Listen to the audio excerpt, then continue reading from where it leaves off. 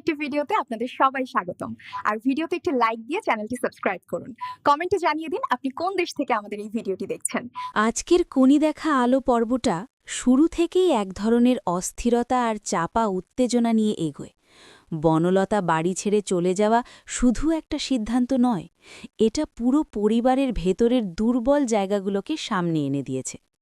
পর্বের শুরুতেই দেখা যায় মা স্পষ্টভাবে বুঝিয়ে দেন এইভাবে বনলতার চলে যাওয়াটা তিনি মেনে নিতে পারছেন না। সম্মান, পরিবার আর সম্পর্ক সব কিছুর প্রশ্ন জড়িয়ে আছে এই ঘটনায়। তিনি চান বনলতাকে আবার বাড়িতে ফিরিয়ে আনতে। অন্যদিকে অনুভব দ্বিধায় ভোগে। সে জানে জোর করে কাউকে ফেরানো যায় না। বনলতা যদি নিজে না চায় তাহলে তার সিদ্ধান্তকে সম্মান করাও দরকার। এই জায়গাতেই প্রজন্মের চিন্তার ফারাকটা খুব স্পষ্ট হয়ে ওঠে। এরপর আসে সবচেয়ে গুরুত্বপূর্ণ দৃশ্য, অনুভব আর লাজুর মুখোমুখি কথা বলা। লাজু প্রথমে কথা বলতে চায় না। তার ভেতরে জমে থাকা ক্ষোভ, রাগ আর অভিমান স্পষ্ট। অনুভব সরাসরি প্রশ্ন তোলে, বনলতার চলে যাওয়ায় লাজু কি সত্যিই দুঃখ পেয়েছে, নাকি ভেতরে কোথাও একটা স্বস্তি কাজ করছে?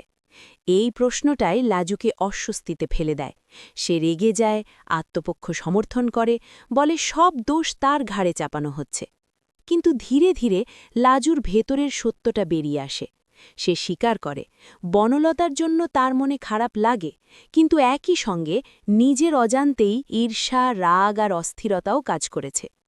এই পর্বের সবচেয়ে সুন্দর দিকটা হল লাজুর নিজের সঙ্গে নিজের লড়াই।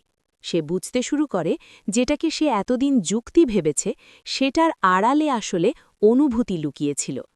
শেষের দিকে মা এসে ভালোবাসার সংজ্ঞাটা পরিষ্কার করে দেন।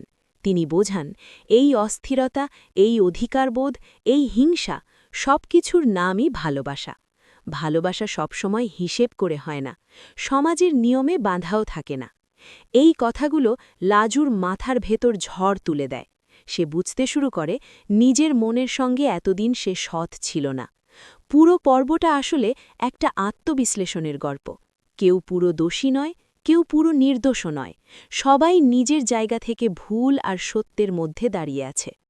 এই এপিসোড শেষ হয় এক বড় প্রশ্ন নিয়ে। লাজু কি নিজের অনুভূতিকে মেনে নিতে পারবে?